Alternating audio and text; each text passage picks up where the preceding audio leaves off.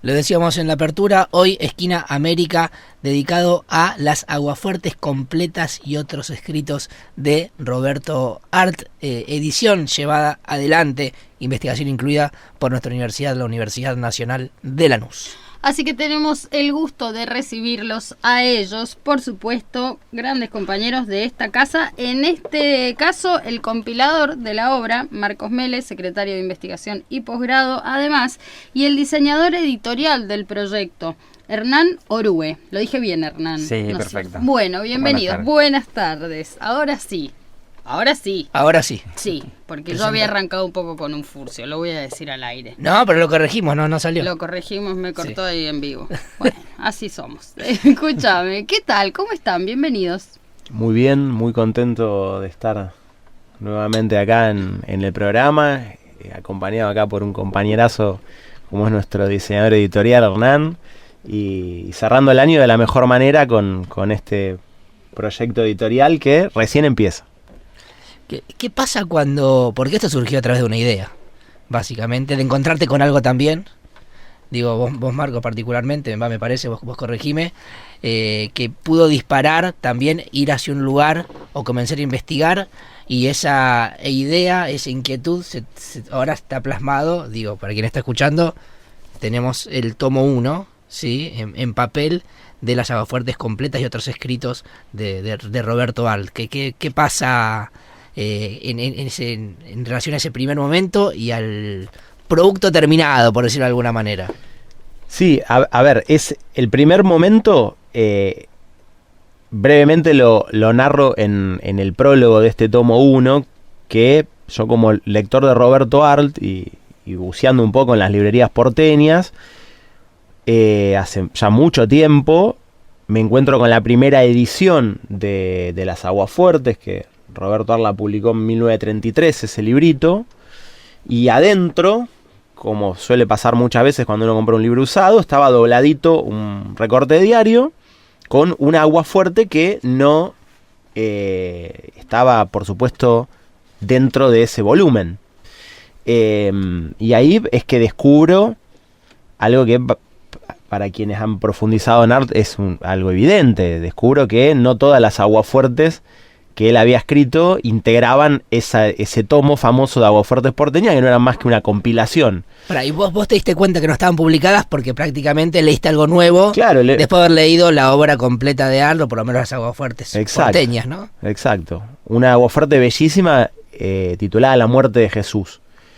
Y a partir de ese momento, te digo, esto hace más de 10 años, me empezó a rebotar la idea de no hacerlo yo, sino el deseo de ojalá algún día alguien se tome el laburo de editar las cerca de 2000 notas periodísticas de Arlt en los diarios. Y bueno, esperé un año, esperé 10 años. Nadie lo hacía y bueno, nadie lo hacía. Hasta que bueno, otro gran lector de Roberto Arlt, como es nuestro rector, el maestro Daniel Bosani, también conversando sobre el personaje, surge este tema de que las aguafuertes nunca se habían editado y bueno, le presento la idea y bueno, él nos dio todo el apoyo institucional, sin el cual hubiese sido imposible emprender este proyecto. Primer paso central y después conformar el equipo. Acá tenemos a uno de los miembros del equipo y uno de los más destacados, pero un equipo muy sólido y muy importante atrás de este sueño. ¿Cuánto ha trabajado? Ya nos irán a contar en detalle también cuánto han trabajado para esta primer publicación que se encuentra para descargar gratuita en nuestra universidad, que ha sido además promocionada por una cantidad de medios por la repercusión que tiene esta edición de la obra, pero que pronto también va a estar en papel, ¿no? Correcto, acá tenemos en nuestro poder la prueba de imprenta. La prueba de imprenta, ¡qué honor! Porque para mí esto es un momento histórico, no nos estamos ni dando cuenta. Vio que cuando uno los vive, no se da cuenta, lo puede apreciar. Tendrá su versión también audiovisual, esto que está sucediendo. Tendrá su ahora. versión audiovisual. Y hablando del personaje de Roberto Arlt, es incluso difícil encontrar los datos ciertos sobre su biografía. Y nos metimos un poco a investigar Y él ha escrito una suerte de autobiografías, pequeñas menciones autobiográficas, más o menos a lo largo de su obra, a lo largo de su vida, que, no sé, resultan al menos curiosas, ¿no? Cómo se describe, cómo va diciendo, bueno, soy hijo de tal, nací en tal lugar, pero no nací este día, nací otro día, etcétera, etcétera. ¿Qué pasa con este personaje que es asombroso, que no terminó la escuela primaria, que trabajó de múltiples oficios, que se fue de su casa, que un poco rompió con el deseo o la proyección paterna, materna, no sé qué? Contanos algo sobre Roberto y esto, cómo se va forjando ese personaje tan maravilloso. Muchísimo para decir en relación a esto, una pequeña nota de color. No hay plena certeza acerca del nombre. Sabemos que se llamaba Roberto Arlt, pero en algunas de esas autobiografías o breves semblanzas autobiográficas, en algunas se presenta como Roberto Godofredo Arlt, sí. En otras como Roberto Godofredo Christoffersen Arlt, pero en los papeles oficiales al parecer esos nombres no existen y se los autoatribuyó, se los asignó. Bueno, la verdad que no estamos descubriendo nada si decimos que es uno de los grandes escritores de la Argentina del siglo XX, con una producción amplísima que abarca diversos géneros. Tiene producción en el formato novela, en teatro, en cuentos. Y había sí una gran deuda por saldar, que era dedicarse a la edición de su obra periodística, que es lo que estamos haciendo. Vos solo hacías mención y profundizo uno de los tópicos a los que hacías referencia, ¿no? Roberto Arlt no concluyendo la escuela primaria. Y no concluyendo la escuela primaria por una razón personal que va a estar muy reflejada en su producción literaria, en su narrativa. Y es la muy compleja relación que él tuvo con su padre. El padre lo golpeaba, esa anécdota, esa historia, más que anécdota, esa historia tan dura familiar, aparece magistralmente narrada en su novela Los Siete Locos. Hay infinidad de pinceladas autobiográficas en la narrativa de Arlt.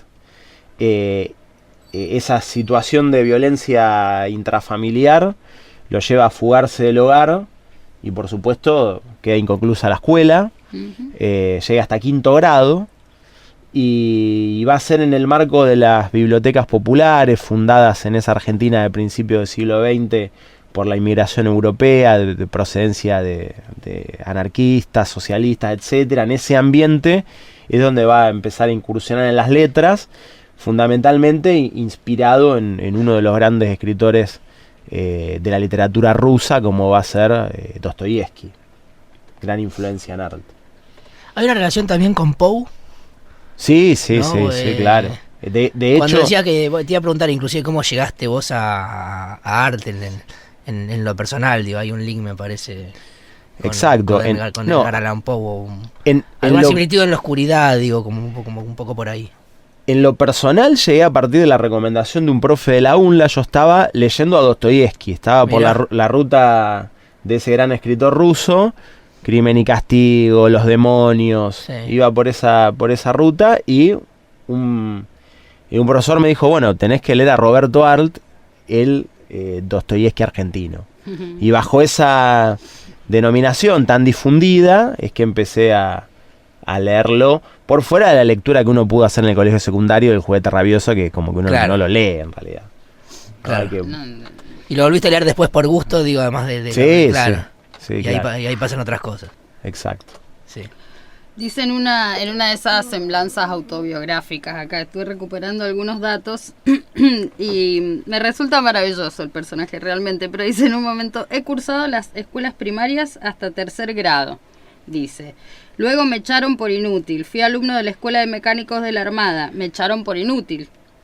De los 15 a los 20 años practiqué todos los oficios, me echaron por inútil de todas partes. A los 22 escribí El Juguete Rabioso. una novela. Durante 4 años fue rechazada por todas las editoriales. Luego encontré un editor inexperto. Actualmente tengo casi terminada la novela Los 7 locos, me sobran editores. Escribe en el 29. Maravilloso. Volvemos a eso de cómo Art va construyendo pequeñas semblanzas biográficas y un poco va mintiendo, va chamullando en esas semblanzas porque su principal biógrafa, Silvia Zaita, una investigadora, Sí. Ahondó mucho en los años iniciales y descubre que efectivamente llega a 5º grado. Por eso yo lo presenté como que llegó a 5º, pese a que él públicamente decía que llegó a 3º. Es buenísima esa presentación que... Anarquista, ladrón, enamoradizo, escritor, también se describe en otra, haciendo alusión a uno de sus personajes, Silvio Astier. Del juguete rabioso. La cuestión es que, bueno, un poco esta es una imagen no acabada seguramente de Roberto Arlt. Un Roberto Arlt que, bueno, también tuvo un recorrido político, ¿no? Porque vos un poco decías, es Argentina, llena de anarquistas, de inmigrantes, de sindicalistas, también lo permeó, ¿no?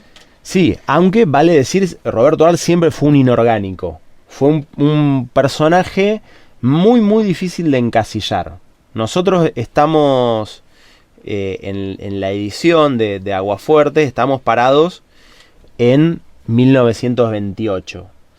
Y en la edición del tomo 2 y del tomo 3 estamos desarrollando, estamos explorando todo el periodo en la previa de la asunción de Hipólito Yrigoyen en su segunda presidencia. Bueno, Arlt, furiosamente antiyrigoyenista, describe al irigoyenismo de una manera satírica, en un concepto que estaba muy presente en las izquierdas de la época, que era la política criolla, un concepto peyorativo acerca de una democracia plebeya. Y sí es cierto que su mundo, en sentido amplio, va a ser el mundo de las izquierdas, aunque, repito, no de forma orgánica integrando partidos políticos, sino puede decirse que compartiendo espacio de sociabilidad con los escritores de izquierdas. Sí, muy cercano a los hombres del grupo de Boedo, a Elías Castelnuovo, a Portogallo, a González Tuñón, a toda esa gente eran algunas de sus proximidades. Sí, incluso cuando lo describen y describen como el supuesto enfrentamiento o contradicción entre el grupo de Boedo y el grupo de Florida. ¿Es el Exacto. otro? Incluso dicen, bueno, pero Roberto era uno de los que podía ir y venir sin ningún problema, justamente por su inorganicidad, pero por su adhesión a determinadas ideas tenía más afinidad con el grupo de Boedo. Capaz después podemos hacer algunas preguntitas sobre tal cosa. Recordamos que hablamos con Marcos Mele, secretario de Investigación y Posgrado de la UNLA, compilador de la obra de la que estamos hablando, y Hernán Orue, diseñador editorial del proyecto. Contaros un poco, Hernán, de qué se trata o de en qué consistió tu trabajo en esta obra. Y mi trabajo consistió en primero conocerlo a Mele. Claro. ¿Cuándo fue eso? Fue este año en mayo. Sí, marzo de este año. Y vino con esta locura hermosa que es Roberto Arlt, tratando de empezar el proyecto de a poco, porque no teníamos todo el material que tenemos hoy en día, que tenemos absolutamente todo, son unas casi 2000... En físico tenemos 1746 notas. ¿Otras cuántas? 1746 notas en físico. Faltan las de digital, así que sí, como dice Hernán, rondan las 2000. Claro. Con ese trabajo de poder traer de vuelta en un libro toda la recopilación de Arlt que viene parada desde hace años. Es todo ese material que tenemos, algunos están muy deteriorados, entonces poder recuperarlos se complica muchísimo. De a poco fuimos integrando, ampliando el equipo. Está Vanessa Mlot como correctora, Iván Icardo también. Ahora estamos sumando a Coqui, Ezequiel González, para que empezó a hacer todo el escaneo de toda la documentación que tenemos. la verdad que estoy fascinado con el proyecto que me trajo Marcos, porque la verdad que pude explayarme, me dio libertad de poder diseñarlo, Sí. lo diseñamos juntos, fuimos armándolo juntos, es una experiencia maravillosa. Contanos un poco en qué consiste el diseño editorial. O sea, consiste concretamente en qué estuvieron conversando, qué... Desde poder recuperar, o sea, digitalizar todo el material, Sí. recuperarlo. Después las imágenes que tenemos están muy deterioradas. Hay material que conseguimos fotocopias del original, entonces se tarda mucho más en poder recuperar una imagen tan deteriorada, pero se recupera. Y fuimos consiguiendo los medios, fuimos de a poquito armando todo el equipo y la verdad que venimos fascinados. Todo el equipo viene fascinado con este proyecto que es increíble. Y contanos cómo fue ese trabajo, digo, en la práctica. Imagino, por un lado, que lo que recordé es que yo tengo un libraco así de obras completas de Roberto Arlt, que no sé si son más de 500 páginas, que evidentemente no son completas. ¿no? Exacto. Básicamente me doy cuenta Obras que incompletas. son obras incompletas de Todo el Roberto mundo Arlt, le voy puede a decir, reclamar no, a la editorial. Eso por un lado. Pero eso como disparador, para ir a las obras completas, que fue ir a hemerotecas, ir a bibliotecas, ver el diario El Mundo todos los días, encontrar los originales en buen estado si es que están, eso digitalizar, cómo fue, quizás no tan puntilloso, pero el proceso ese de investigar, de encontrarse con el material, cómo Más fue o menos eso? como decís vos, fue todo muy de a poquito y armándolo. Empezamos a escanear las imágenes, los textos, poder transcribirlos, nos faltaba gente, fuimos sumando gente al equipo, aparte del proyecto, a cualquiera que le hablamos del proyecto dice, estoy, para lo que necesites estoy, Claro. entonces es un montón. Claro.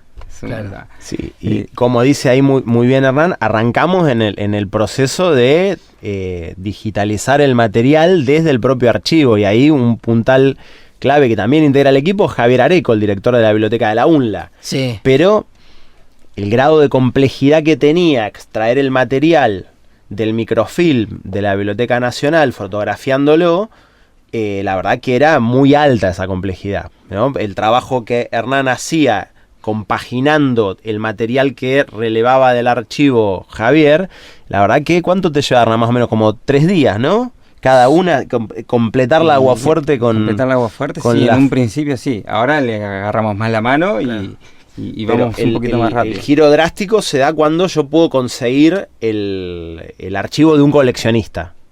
Claro. Conozco a un librero cuyo padre fue coleccionista de Roberto Arlt durante largo tiempo y él puso a disposición de nosotros esa colección y eso aceleró notoriamente los tiempos porque redujo las consultas en la Biblioteca Nacional. Porque de hecho le agradeces en el prólogo. Sí, En el claro, prólogo. claro, exacto. ¿Lo conocías de la vida? ¿Lo conociste en las redes? ¿Lo contacto No, en común?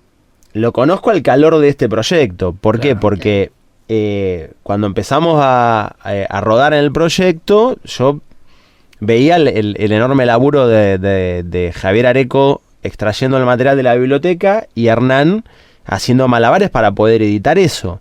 Y Muy artesanal. muy artesanal.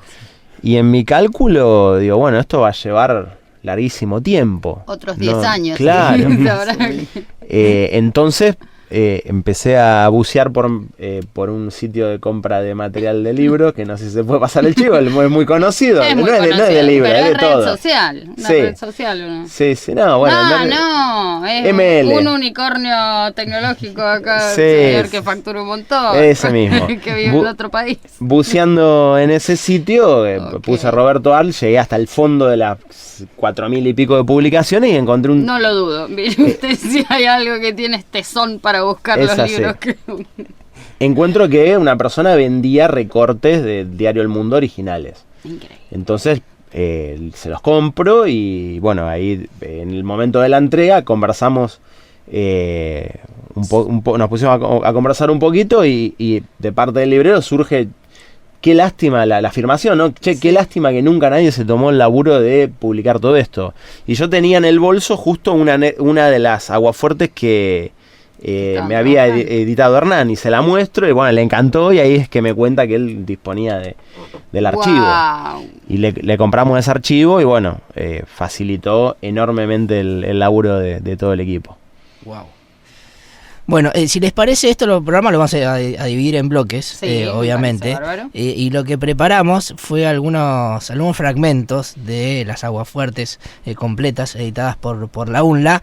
De hecho, tiene un Instagram propio, además el del proyecto. Vale decirlo. Sí, que es Aguafuertes completas. Aguafuertes completas, así directamente, donde además han publicado por día, un día como hoy, de tal año se publicaba tal aguafuerte. Bueno, hemos rescatado algunas y me voy a atrever a leer algunos de estos fragmentos que están publicados en el Instagram propio del proyecto.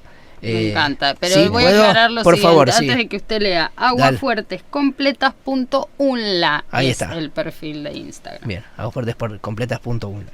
Bueno, voy con la primera y cerramos este bloque. Dice así: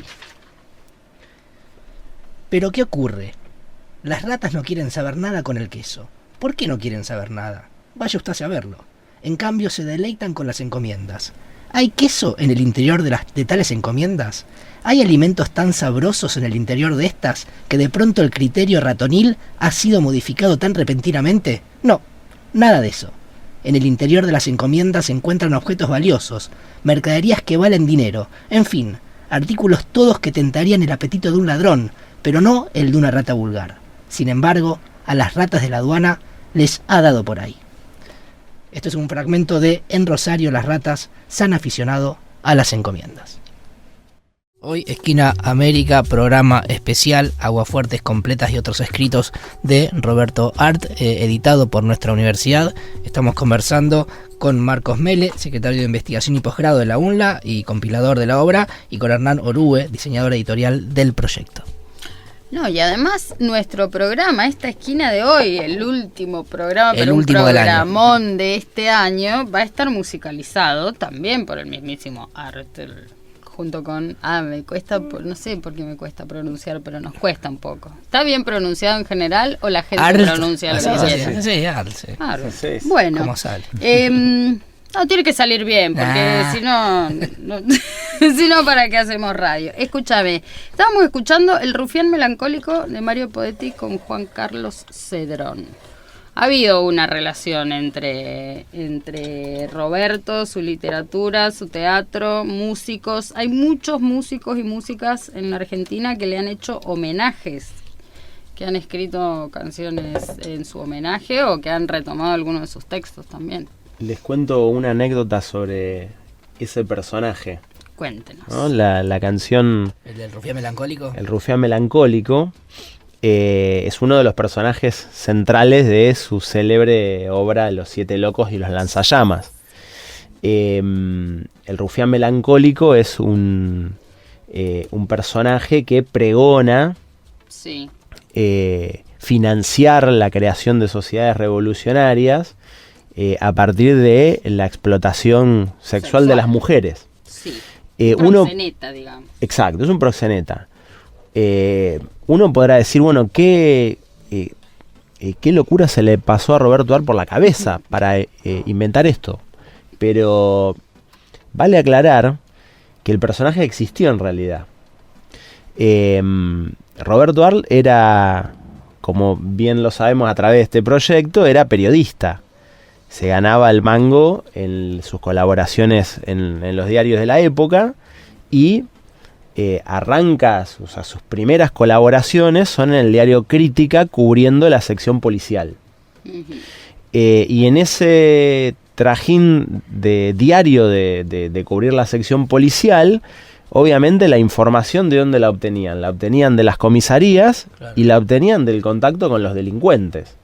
Hay un cuento extraordinario de Roberto Art titulado Las Fieras, que aparece en su libro El Jorobadito, donde lo que se ve ahí es una reunión de delincuentes en un café, el Café de Ambos Mundos.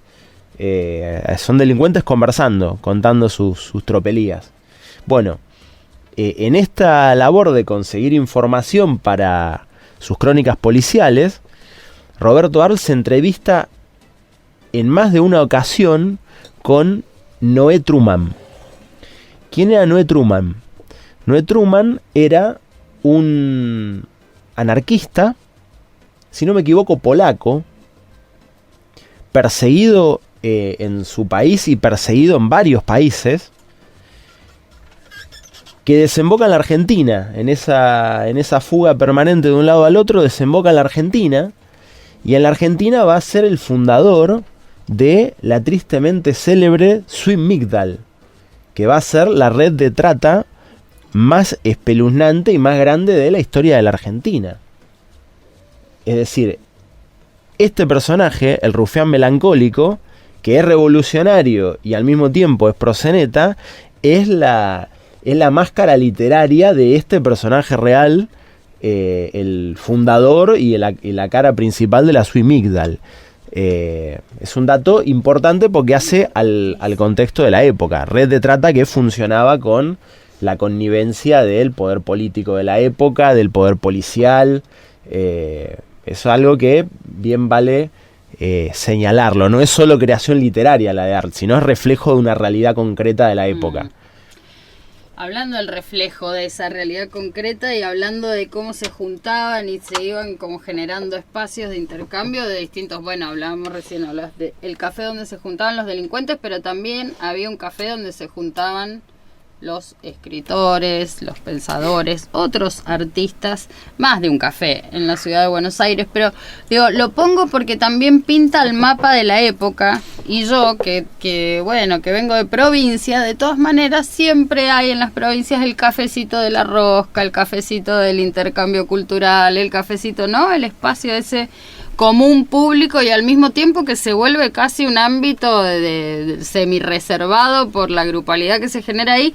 Y lo mencionábamos recién, Roberto Arlt forma parte del grupo Boedo, de una Boedo que además también se caracterizaba en esa época por ser una geografía particular de mucho movimiento cultural, de teatro, de cine, de circo, de música, etcétera, etcétera. Y de ideas de izquierda, bien decías, o al menos un poco reveladas al orden institucional represivo, oligárquico. Digo, ¿cómo podríamos describir a ese Roberto? ¿Cómo en realidad eso es lo que en definitiva tiñe su escrito, tiñe su letra, tiñe su obra? Sí, como muy bien plantea Sol, en esa década del 20... la literatura argentina va a estar teñida por esa puja entre ambos grupos. El grupo Florida, que va a ser un grupo que tiene como pretensión principal revolucionar la manera de escribir, el vanguardismo literario. Y el grupo de Boedo, que va a invertir el esquema, no es revolucionar la manera de escribir, sino hacer la revolución a través de las letras. Van a ser obreros, laburantes que escriben. En ese grupo de Boedo podemos mencionar muchos, pero aparece Roberto Mariani con sus cuentos de la oficina, que es un libro que Roberto Arlt evoca en una de las aguafuertes que aparece en el tomo 1, lo elogia enfáticamente a ese libro de Mariani. Aparece Elías Castelnuovo, obrero linotipista, hombre del Partido Comunista. Años más tarde va a adherir al peronismo. Elías Castelnuovo es un hombre que pone el ojo en el bajo fondo de la Buenos Aires de la época, y los títulos de los libros dan cuenta de esa realidad que habitualmente los pitucos de la literatura buscaban evadir. Los títulos de Castelnuovo son Entre los muertos, Larvas, Tinieblas, Calvario. Es una literatura que busca mostrar una realidad permanentemente ocultada. José Portogalo, con una obra Tumulto, que fue confiscada por el gobierno municipal de Buenos Aires de aquel entonces, por supuesto por sus posiciones revolucionarias. Bueno, en ese esquema, Roberto Arlt va a tener cercanía con personajes de los dos grupos. Esto es una realidad porque Arlt va a comenzar a insertarse en el ambiente literario como secretario personal de Ricardo Guiraldes, que era una figura destacada del otro grupo. Como muy bien pinta el maestro Bossani en el prólogo, Bossani dice, Roberto Arlt saltaba de mesa a mesa. Es decir, si bien su proximidad ideológica está claramente vinculada al grupo de Boedo, en el tomo 2 hay un prólogo que se viene de Facundo Di Vincenzo, donde aparece la conexión con los boedistas. Arlt tiene vínculo con los dos, pero su temática social lo aproxima más al grupo de Boedo. Ahí va. Iba a decir, en ese grupo de Florida está, bueno, gente que obviamente a mí también me encanta, pero Borges, Macedonio Fernández, Oliverio Girondo, es verdad que establecía con ellos un intercambio fluido. Sí, aunque vale decir que el Borges de los años 20, que eso daría para otro encuentro, el Borges de los años 20 era irigoyenista, claro, rosista, bueno, después cuando conozca a la familia Bioy Casares va a tomar otros rumbos. Va a derivar. Bueno, después podemos hacer incluso, mira, un programa sobre eso. No veo por qué no, porque yo creo, le voy a adelantar a esta audiencia, que estamos iniciando un ciclo de especiales, de la cultura, del arte latinoamericano, nacional, que bien nos hace recuperar para pensarnos también en este tiempo. ¿Creen que esta característica de Arlt, de acercarse o de reflejar un mundo quizás no ha reflejado por otros escritores, fue también lo que de alguna manera logró o hizo que se haga más conocido, más difundido? Concretamente, era común que quizás gente que escriba, o sea, puede imaginarse un laburante, un obrero que está, o sea, el tiempo que uno le queda para escribir es bastante menor que la persona que está un poco más holgada económicamente, tiene más tiempo para reflexionar, para pensar, para ir al teatro.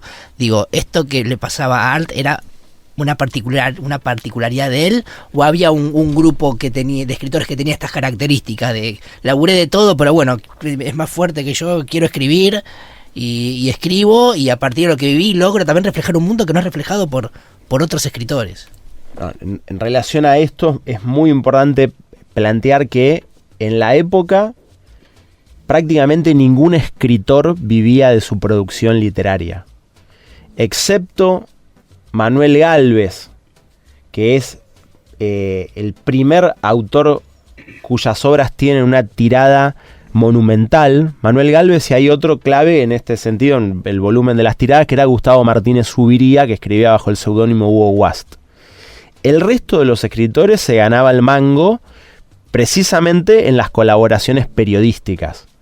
Ahora, por supuesto que quienes provenían de un sector social encumbrado, no tenían la preocupación del sustento diario, claro, y sus colaboraciones periodísticas eran más por gusto que por una necesidad económica.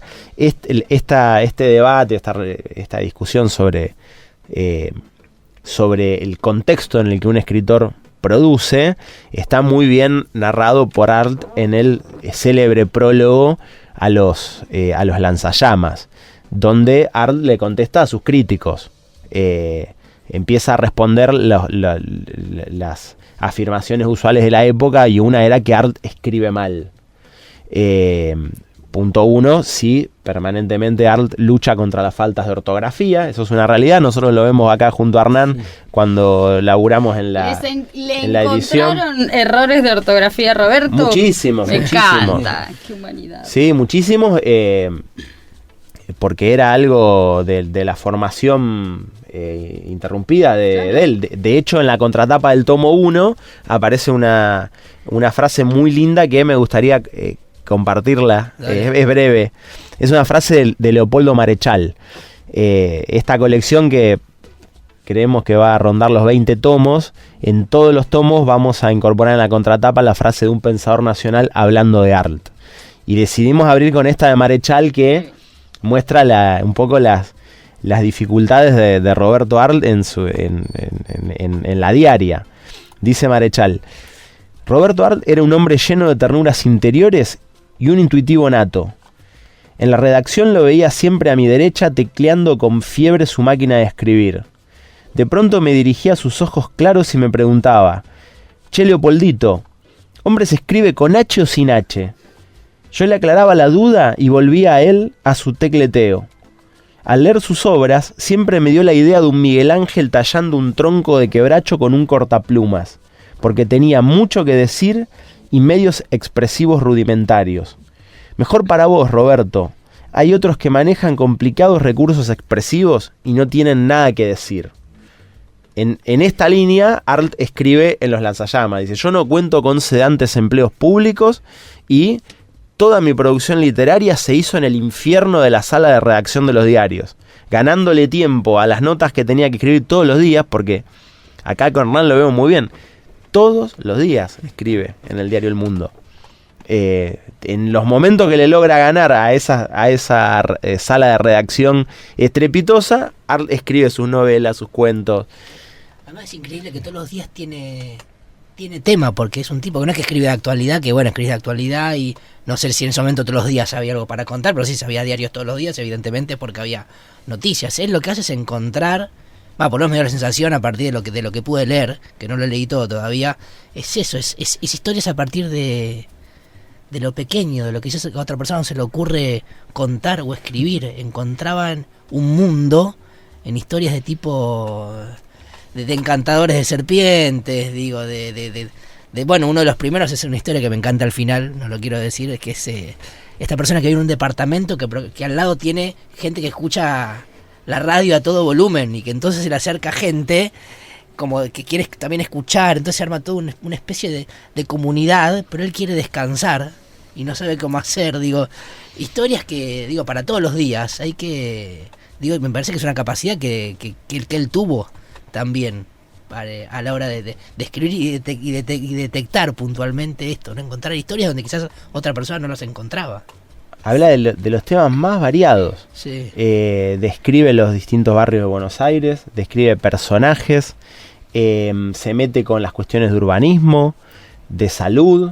En tomos posteriores, por ejemplo, vamos a ver todas las crónicas que Arlt escribe denunciando el mal estado en el que se encontraban los hospitales en Buenos Aires de la época. Después sobre el trabajo, sí, ¿no? Sí, sobre el mundo del trabajo, sobre los distintos tipos de empleos. La verdad que el tipo tiene una sensibilidad y un ojo muy grande para captar lo popular, pero es central el retrato que Roberto Arlt nos da de los diferentes barrios de Buenos Aires, y acá vale hacer un anuncio de algo reciente en relación al impacto del proyecto. El jueves último, la legislatura de la Ciudad Autónoma de Buenos Aires declaró por unanimidad a nuestro proyecto como de interés cultural para la misma, así que es un hermoso reconocimiento que se le hace a nuestra querida UNLA y a este proyecto que tan importante para nosotros es. Sí, a quienes se animaron a esta locura, porque es una locura hermosa. Yo recién cuando decía, puede que estemos transitando un momento histórico y no nos vamos a dar cuenta hasta que acontezca, lo digo honestamente, digamos, recuperar esta obra, recuperar además esa sensibilidad de Roberto, que creo que también explica por qué su adhesión masiva, por qué no solo por su calidad literaria, sino justamente lo que va a contar, ¿no? Se vuelve para los lectores un espejo, ¿no? E incluso hay datos que dicen que el diario El Mundo multiplicó la tirada porque mucha más gente empezó a leerlo porque iba y buscaba la columna de las Aguafuertes y bueno, eso hizo que se vendieran más números. Y lo pienso así, como el espejo. Qué hermoso es cuando alguien puede poner en palabras hermosas lo que te pasa a vos en la vida. Esto de tener el vecino con el ruido, la forma del trabajo, las ratas que comen en la aduana. Yo me marqué la locura de recuperar a Roberto Arlt, pero quiero que lo nombre Hernán. ¿A quién está recuperando él? Porque acá estamos hay dos recuperados, no es solo Roberto Arlt. A ver, Hernán. En conjunto, con Luis Bello. Luis Bello, el ilustrador, Claro. Que estaba con Arlt, que... Pero que esa es la característica también del proyecto, es recuperar al ilustrador. Sí. Que no lo tenían otras ediciones de Aguafuertes. No y tenían. Todas sus columnas, o sea, todas sus Aguafuertes fueron acompañadas por una imagen de Bello. De Bello, sí. Contanos. Toda esta primera etapa, más que nada, de todo imágenes de Bello. Pero recuperarlas cuesta bastante, pero después quedan hermosas y se ven en la prueba. Nosotros tenemos la suerte de estar viéndolo quienes nos oyen no. ¿Quién era Bello? Contanos ¿Quién era? eso. No tenemos datos sobre el tipo, no hay. Claro. No hay prácticamente nada. No hay prácticamente nada. Nombre y apellido. Luis Bello. No tenemos mucha más referencia. Hay una investigadora, Pilar María Chimadevilia, que escribió un paper sobre el personaje, pero no hay fecha de fallecimiento. No tenemos muchas precisiones. Lo que sí fue una definición muy importante que tuvimos que tomar con el equipo al momento de editarlo, y es: ¿incorporamos o no incorporamos las ilustraciones de Bello? Y acá por eso me resultaba clave que me acompañe Hernán en nombre de todo el equipo de no docentes que tanto y tan bien trabajan en este proyecto, porque al momento que tomamos la definición de editarlo incluyendo cada una de las ilustraciones de Bello, sabíamos que el proyecto iba a tener una complejidad mayor. Pensemos que hasta aproximadamente 1934, en el rastreo de aguafuertes que venimos haciendo, hasta el 1934 mínimo, cada nota va con una ilustración de Bello. ¿Con una ilustración de Bello o con una foto? O con una foto, sí. Una ahí con las fotos Hernán se la fajó bastante porque son las más complicadas de recuperar. Encontré además que en una de las aguafuertes tuvieron que deducir qué palabra había escrito Roberto porque no se notaba. Digo, si eso pasó con una palabra, ¿cómo fue recuperar las ilustraciones? Con las palabras fuimos recuperando de distintos lados. Por ejemplo, teníamos el mocito tosudo, ¿te acordás? Tosudo. Ahí está. ¿Qué es eso? Todas son discusiones internas del grupo. De que Cuenten. Claro, aparece un bache, decía mocito to. Faltaba hay un blanco. En blanco. Y lo tomamos desde otro escaneo, desde inteligencia artificial, con las imágenes. Vamos, buscándole la vuelta como para poder reconstruirlo y traerlo de nuevo a estos tiempos.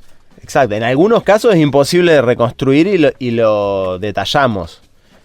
Nos pasó en un aguafuerte de este tomo 1, donde en el propio diario original de época hay un error, un defecto de imprenta que hace que un par de palabras no se vean, entonces en ese caso lo señalamos como ilegible en el original. Pero en todos los demás casos que pudimos recuperar la palabra, pero bueno, todo eso hace a la cocina del proyecto. O mismo cuando hacía un rato referíamos a los errores de ortografía de Art. En algunos casos muy específicos y puntuales hemos tomado la decisión de corregirlo. Hace poco nos había parecido corcovear la palabra, que estaba escrita con B larga. Entonces ahí, para facilitar el proceso de lectura, decidimos corregirlo, porque nuestra idea es, cuando concluya todo este proceso, poner disponible en la página la reproducción de las aguafuertes originales. Quien quiere leer del diario, leerá del diario. Quien quiera ver el original, la copia del mundo, también podrá hacerlo. Eso es un proyecto para el final del camino. Mientras leía también se me ocurría o pensaba en algo, si valía la pena o si se les ocurrió, si lo pensaron, un diccionario de lunfardo de la época. Porque uno va leyendo y hay muchas palabras o que no entiende porque son lunfardos de hace 100 años, o porque hacen referencia a lugares o situaciones que están hoy en día, 100 años después, están fuera de contexto para nosotros. ¿Pensaron en algún momento poder hacer algún tipo de diccionario, o si vale la pena para ustedes poder hacerlo para tener una lectura más cercana de alguna manera a los textos de él, como pasó por ejemplo con el Martín Fierro, que algunas versiones salían con una especie de diccionario? De diccionario glosario. Sí, a ver, claro, eso, sí, el glosario, sí. Una cuestión clave en relación a esto, hubo un enorme experto en el habla lunfarda, que fue José Govelo, que publicó varios diccionarios de lunfardo, así que en ese caso, con contar con los diccionarios de Govelo. Claro. Ahora, vale decir también que Roberto Arlt no se excede en el uso del lunfardo. Hay una frase famosa de él, donde dice algo así como: yo que me crié entre chorros, me crié entre prostitutas y toda la gente del bajo fondo, la verdad que no tengo noticia del lunfardo. No, a diferencia de otros autores o escritores de la época, donde verdaderamente hay que leerlo con un diccionario al lado, con un glosario, ¿no? Pongo un ejemplo concreto, que es el libro de poemas Versos Rantifusos de Yacaré, Felipe Fernández. Por momentos es ilegible. Claro. Si no contás con la referencia de la explicación del significado de la palabra. Son textos muy áridos del lunfardo. Roberto Arlt usa expresiones, por supuesto, propias de la época, pero no se excede en esos giros. Bien. Bueno, vamos a hacer un bloque. Yo me doy el gusto de leer otro fragmento de Las Aguafuertes Completas y Otros Escritos, editado por la UNLA. En este caso es El oficio de contrabandista que ayer requería coraje, se hace hoy a base de capital.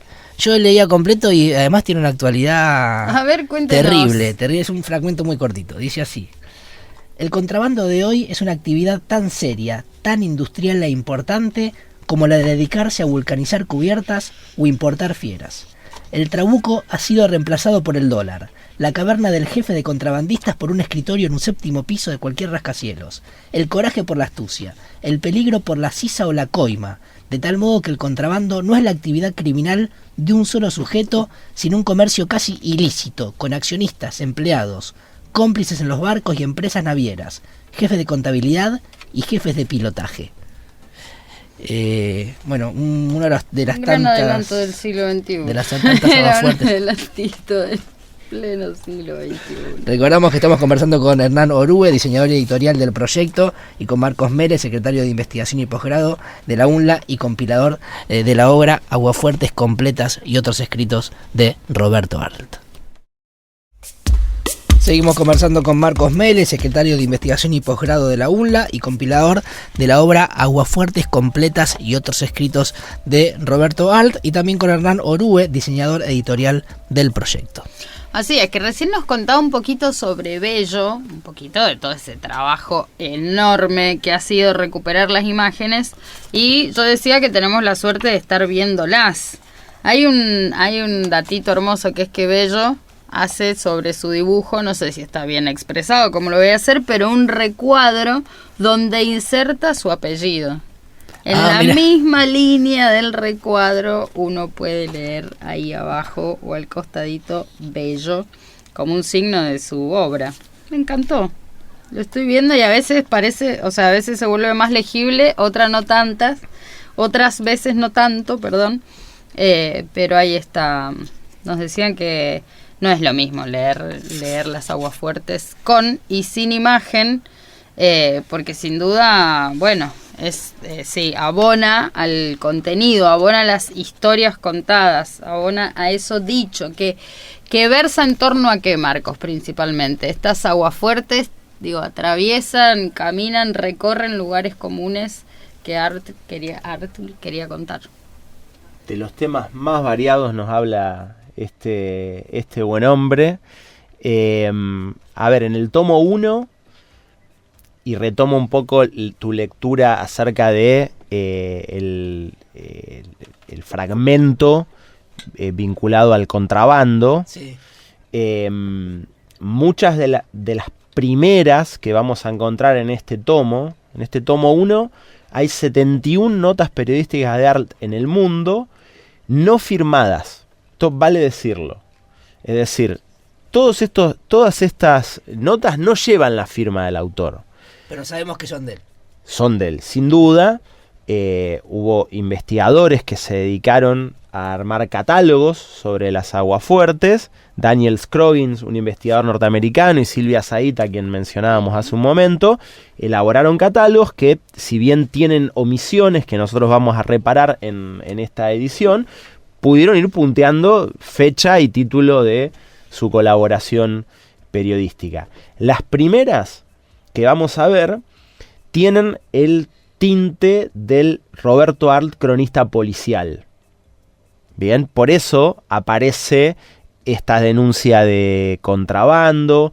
Hay una crónica que es literariamente magnífica, titulada Un cuidador de locos se ahorcó en el hospicio de las Mercedes. Es monumental porque ahí aparece el cruce, por ejemplo, con la obra de Dostoyevski, a quien nombra expresamente. Hay varias de esas notas que van en la línea de la crónica policial, que como ya decíamos, Arlt era cronista policial del diario Crítica, diario que surge en el año 13 precisamente con el objetivo de brindar temas de interés para los sectores populares: teatro, deportes y crónica policial. Bien, ese es el diario Crítica. El diario El Mundo, surgido en el año 28, lo va a incorporar a Roberto Arlt como su escritor estrella. Y va a hacer tanto ruido con la columna que va a empezar a firmar. Va a ser el único periodista que firma sus notas. Entonces, las primeras, dijimos, van por la ruta de la crónica policial y después empiezan a aparecer temáticas de la vida cotidiana.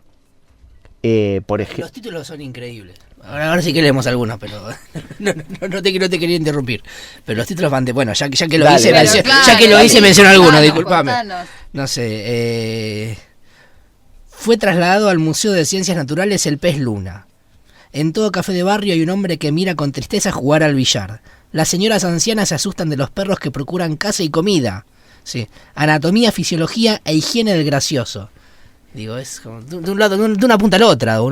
Parecería no haber un hilo conductor, digo, leyendo solamente los títulos de los aguafuertes. Sí, y además una cuestión clave, y es que muchas de las temáticas que Roberto Arlt va narrando en las aguafuertes, en mayor o en menor medida empiezan a aparecer después en su narrativa literaria.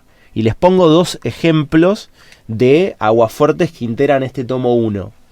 En el tomo 1 aparece, hay una aguafuerte, también literariamente suprema, titulada El trágico fraudulento, que es un empleado que hizo una vida recta, intachable, hasta los 50 años, y que en un determinado momento su vida pega un vuelco drástico y comienza a robarle a su fuente de trabajo, a la oficina donde laburaba, comienza a robarle para sostener su relación con 2 amantes.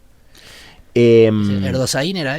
claro, es decir, cuando veo esta figura, este personaje, alguien que roba en su laburo, inmediatamente se me viene la imagen de Erdosain, el protagonista de los 7 locos. Y el otro ejemplo que quería poner, que es la última aguafuerte de este tomo 1, es de una rencilla entre 2 vecinos en la calle Cuenca del barrio de Flores.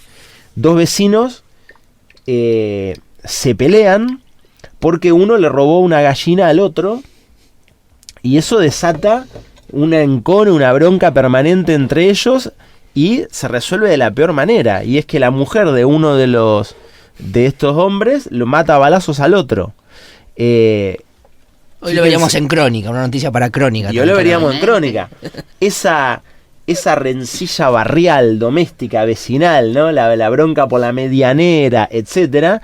Roberto Arlt la retrata de manera suprema en un cuento titulado... Importancia de una gallina en la calle Cuenca. Esa, importancia de una gallina en la calle Cuenca.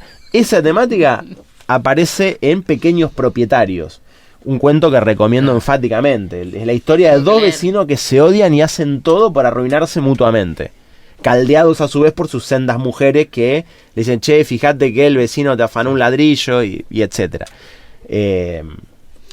Seguramente habrá algo de reflexionado en definitiva sobre la propiedad privada y el encono y la competencia. Yo sé que en el fondo digo esto como entre paréntesis, o si quiere un asterisco.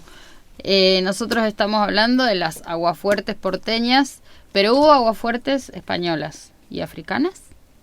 Hubo de muchas más que las españolas, y las porteñas y las africanas. ¿Qué es lo que ocurre? Roberto Arlt, que esto lo vemos ya hacia el final del tomo 1, empieza a colocarle el nombre Aguafuertes porteñas a la columna. Bajo ese título, la columna se va a sostener un largo tiempo, muchísimo tiempo. Pero tal impacto genera Arlt como cronista, la sagacidad de sus observaciones, esa capacidad envidiable para captar la sensibilidad popular y además aclamado por el público. Es decir, le empiezan a mandar cartas al diario los lectores, en algunos casos elogiando a Arlt, en otros tratando de refutarlo. Leí una carta que le llegó y él le responde de un lector o posible lector en ese momento que le dice: Roberto, escuché sobre sus aguafuertes porteñas o sobre los 7 locos, sobre los 7 locos, pero no dispongo de tanto dinero como para comprar y probar la lectura. Me quiere contar de qué se trata el libro. Y él dice, tantas veces respondí sobre lecturas de otros autores que me atrevo a responder sobre los 7 locos. Y le hace una explicación hermosa, sin spoilearle la historia, a ese lector, convenciéndolo. El diálogo real o inventado con los lectores vale que lo comentemos aparte. Porque es verdad, una cosa puede ser que reciba cartas concretas y otras que él como escritor invente la carta del... en este tomo 1 hay una supuesta carta, él hace una nota contra la usura y 2 o 3 días después supuestamente recibe la carta de un usurero. Esa carta está claramente escrita por él. Ahora, volviendo a lo anterior, hay aguafuertes porteñas, hay aguafuertes patagónicas. Roberto Arlt va a viajar a Neuquén. Hay aguafuertes bonaerenses. Hay mucha referencia a la provincia, a distintos lugares de la provincia de Buenos Aires. Ya sabemos que Roberto Arlt estuvo en Lanús. Tuvo una fábrica. Entre otras cosas, además además fue inventor, lo intentó, de múltiples posibles mercancías, pero fracasó como inventor, podríamos decir. Las medias las patentó, de hecho sí, pero no las pudo donde vivió hay una placa, el municipio hace unos años puso una placa, uno va a la plaza Martín Miguel de Güemes en Lanús Este y en una de las calles laterales hay una placa, digamos, donde vivió Roberto Arlt y tuvo su fábrica de medias. Ahí tuvo su fábrica de medias de mujer con caucho. Así Fábricas con caucho. Ay, te interrumpimos todo, pero es que, claro, estuvo por acá, por Lanús. No, claro, hay en Brasil, aguafuertes montevideanas, a Punta Hernán Las Cariocas, aguafuertes montevideanas. Pero esto es mucho más de lo que sabíamos. Sí, no, la verdad que... Ya está editado. No. A ver, algunos... Sí. Algunas de estas aguafuertes, por ejemplo, las aguafuertes del Delta, las aguafuertes silvestres. Las aguafuertes del Delta, Arlt en el Delta del Tigre, las aguafuertes silvestres, Arlt en Sierra de la Ventana. Algunas de esas fueron publicadas en compilaciones ya editadas por otros compiladores. Sí.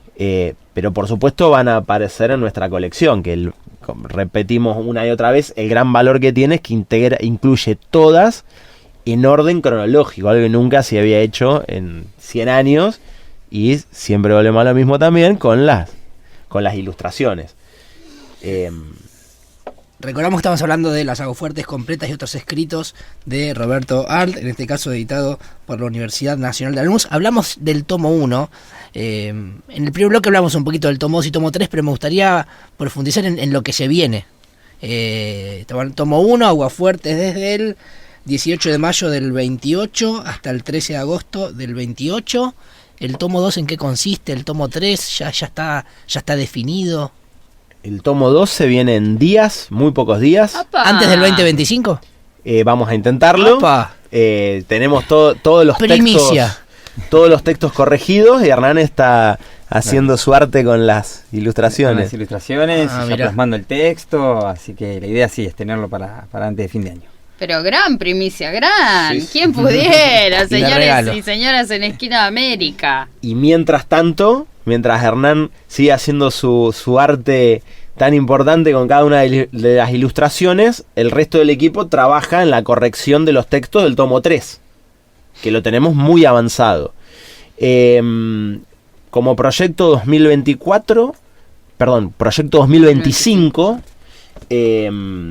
pensamos editar todas las colaboraciones periodísticas de Art en el diario El Mundo del año 1929, que abarcarían 4 tomos. 4 tomos de 74 aguafuertes cada uno de ellos. ¿Bien? En este tomo 1, ¿cuántas hay? 71. Claro. Y en los tomos 2 y 3, 69. Van a ser todos tomos de una extensión similar, y decidimos también hacerlo de esta manera para que sea ágil y que sea fácilmente transportable. A veces los tomos que reúnen compilaciones y son tomos de 500, 600 páginas, solo lo puedes leer en tu casa. Esto es más que ágil para llevar en el bolso rumbo al laburo, para llevar de vacaciones. Son tomos muy, muy, muy amenos de leer, además. Y va variando las temáticas, digo, pensando en estas aguafuertes del tomo 1, sino en algún adelanto quizás les pido del tomo 2 y tomo 3, van por el mismo lugar. En el tomo 2 y 3, por supuesto que aparece con mucha fuerza distintos personajes de Buenos Aires, como caracterizan ya las que aparecen en el tomo 1, pero sí vamos viendo que hay temas de agenda. Y en esos tomos 2 y 3... el gran tema de agenda es el inicio del segundo gobierno de Irigoyen, como decía hace un rato. Así que hay varias notas dedicadas a esa temática. Bien. Yo quiero decir que acabo de encontrar un fragmento de un aguafuertes que voy a leer cuando corresponda. ¿Estamos en tiempo de leerlo? Claro, falta que lea Hernán. Hernán es el que no leyó. Sí, bueno, entonces yo voy con porque dice, es un fragmento de cuándo se levantará una estatua a la muchacha porteña que se gana la vida. Qué gran aguafuertes, ya lo estoy viendo. Las amables sacrificadas. Y todas estas muchachas son amables, cordiales, dispuestas. Han atrapado la vida al vuelo y le sonríen con escepticismo de ancianas de mejillas color de rosa. Falso. Visten bien por la terrible necesidad instintiva y femenina que antes admitiría la mesa sin pan que el pie sin un zapato de moda. Y trabajan en serio. Muchas mantienen un hogar con sus sueldos absurdos. Otras, después de salir del taller, continúan en su casa preparando trabajos para afuera. El domingo a la mañana también trabajan. El domingo por la tarde se preparan la ropa para toda la semana, se cosen vestidos y al anochecer salen a pasear por la retreta y el lunes vuelven a comenzar la eterna semana. Y sonríen y miran amablemente siempre, salvo si no son muy feas, pero entonces se hacen más tristes, más resignadas. Se las ve caminar a través de los días y los trabajos con un gesto de cansancio admitido para in eternum, dentro del alma. Y trabajan. Ya cosiendo 8 horas, ya vendiendo en el mostrador bajo la vigilancia de jefas antiguas y biliosas o de jefes inexorables y rígidos como maniquíes. Trabajan siempre. La única y específica distracción que se permiten es un novio que a veces se casa y otras las planta. Extraordinario. Hermosa lectura. ¿Cuál es el título de...? El aguafuerte. ¿Cuándo se levantará una estatua a la muchacha porteña que se gana la vida? Es mucho más larga, pero es hermosa. Bueno, esto lo encontrás en el tomo 1 de las aguafuertes completas y otros escritos de Roberto Art, editado por la Universidad Nacional de Lanús, gracias al hallazgo y el ímpetu también de Marcos Mele, quien está a cargo del proyecto, el compilador de la obra, Hernán Orue, diseñador editorial del proyecto. Muchas gracias por estar y por lo que hicieron, que la verdad que nos hicieron un favor a todos los que nos gusta leer y nos gusta la obra de Roberto. Comienza por lo que nos han contado, así que aquí habrá espacio siempre, incluso ahora, para antes de irnos mencionar algo más sobre lo que se viene, sobre lo que ha sido el trabajo, digamos, porque podríamos hablar horas, pero bueno, después el tiempo es un poco tirano. Y nos quedamos manijas, queremos el segundo tomo, el tercero, queremos la edición completa, completísima. Algo para nuestras audiencias. Recuerden que nos están escuchando en toda Latinoamérica y el Caribe. No, yo por mi parte la felicidad de encarar este proyecto que tiene todo el acompañamiento de nuestro rector, el acompañamiento institucional y un equipo de laburo hermoso, cada uno cumpliendo un rol. Y la verdad que dándole empuje continuo a algo que nos va a llevar mucho tiempo, pero que sabemos que estamos haciendo desde nuestra universidad una contribución importante a la cultura nacional, y como lector de Roberto Arlt, feliz, porque si, como ya le dije al inicio, yo esperaba que alguien lo haga, bueno. Pero además, Marcos, después de nosotros. Después de una hora de conversación, sabés de Arlt un montón, digo, más allá de este laburo, de este proyecto, es increíble lo que sabés de Roberto Arlt. Sí, estoy haciendo mi tesis doctoral sobre el tema, así que bien, todo va encaminado por ahí. Bueno, pero sí, de verdad felicitaciones a todo el equipo. Hernán, gracias por venirte hoy también en representación de ese equipo que con tanto gusto, por lo que cuentan, ha asumido una tarea gigante. Muchas gracias a ustedes por la invitación y todo. Bueno, esto es Esquina América, edición especial Roberto Arlt, Aguafuertes completas y otros escritos, editado por nuestra universidad, la Universidad Nacional de Lanús. Han pasado Marcos Mele, compilador de la obra, y Hernán Orue, diseñador editorial del proyecto.